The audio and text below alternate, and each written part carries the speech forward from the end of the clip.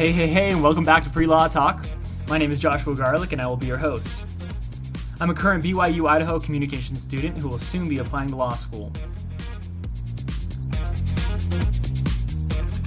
I created this podcast in order to inform students about important topics such as the LSAT, the application process, law schools, and to give some advice.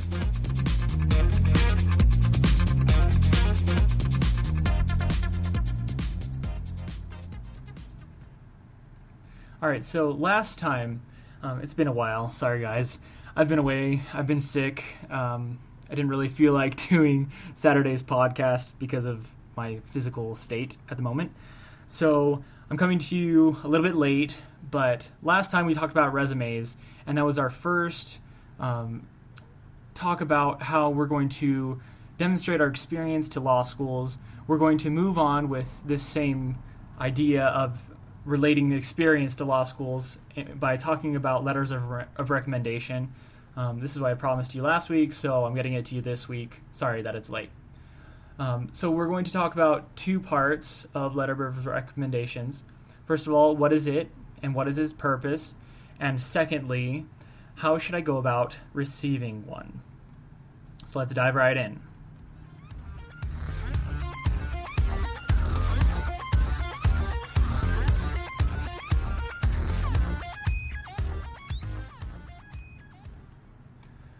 All right, so what is a letter of recommendation? Simply, it's an opinion piece that is written by a third party, so it's not you, it's not the law school, it's someone that's going to be vouching for you, that will be able to share their experience working with you.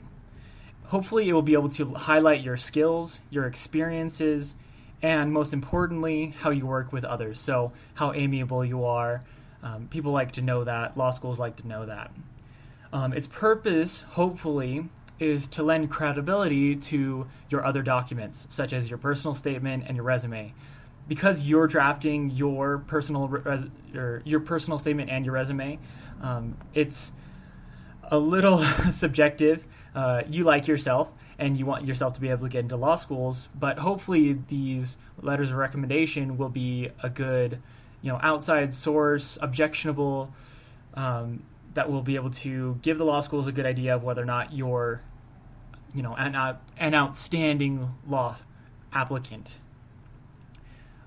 So different things that I've heard from different professors or people that I've talked to about letters of recommendation. I've heard from some that they will look at your letters of recommendation more seriously. I've heard that some places, sometimes it's just employers, but they will call up your references and actually ask them questions about you. So things like, would you actually hire this person? Would you actually, want this person in your class? Things like that. And so that's kind of the extreme side on that end. But I've also heard the extreme on the other end, that schools or whoever you're applying to does not actually read these letters of recommendation. I'm not sure that that's true. Most schools will tell you that they take in all parts of your application. They review it all. I don't know how believable that is, truthfully. That's a lot of letters of recommendation to go into. But, if they're going to give an applicant some type of scholarship, they might want to look into the references. So it's not something to overlook. I would always err on the side of caution when it comes to this. So let's move on to part two. How should I go about receiving my letters of recommendation?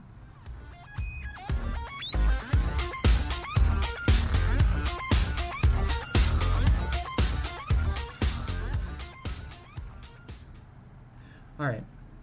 So how should you go about receiving your letter of recommendation?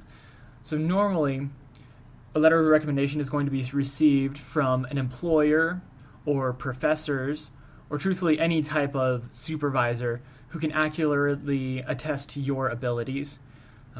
You should have an established relationship with this person before you ask for a letter of recommendation. So let's go over, I'm going to briefly go over a good example, I'll switch this around. I'll go over a bad example, the worst way to ask for a letter of recommendation, and then a better way, a good example of how to ask for a letter of recommendation. So we're going to imagine that you're going to be asking a professor. So the worst way to ask a professor for a letter of recommendation is you're asking a professor of a class you think you did well in. So you think you did well in this class, and so you're deciding to choose that professor to ask for a letter. You didn't ever really talk to this teacher other than during class. You may have made wise remarks throughout class, throughout the semester, but other than that, you haven't really talked to this professor. And so you write up an email asking for a letter of recommendation, and you leave it at that. No. This is not the way to go about asking for a letter of recommendation, and will not lead to good results. You may actually be declined by that professor because they might not know what to write about. So here's a better example, a good way to ask for a letter of recommendation. So you're asking a professor with whom you have taken several classes from, all of which you have done very well in. With whom, so the professor with whom you would often speak with outside of class. So you stick around after class, still debating things about what you've talked about in class, or just showing intrigue in the course and in that professor's life. So you get to know them. Then you schedule an appointment during their office hours in which you will ask for this letter of recommendation. So you come up to their office, and you come with a piece of paper. And what is on this piece of paper is extremely important. It is a complete list of everything significant you have done in that professor's class. This is to help remind that professor and to give them ideas of what they might write about.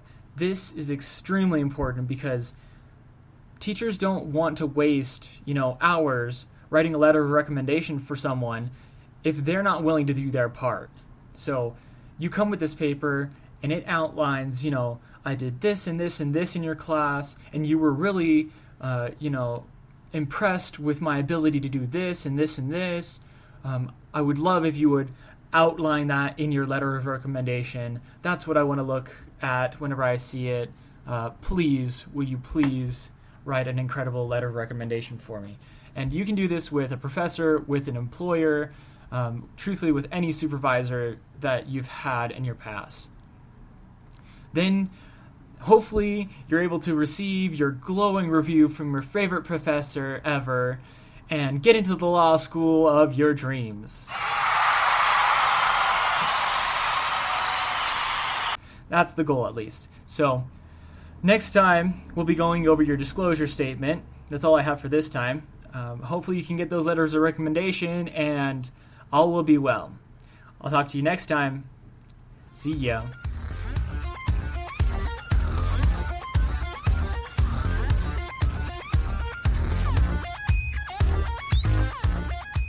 Special shout out to bensounds.com for all this free royalty-free music.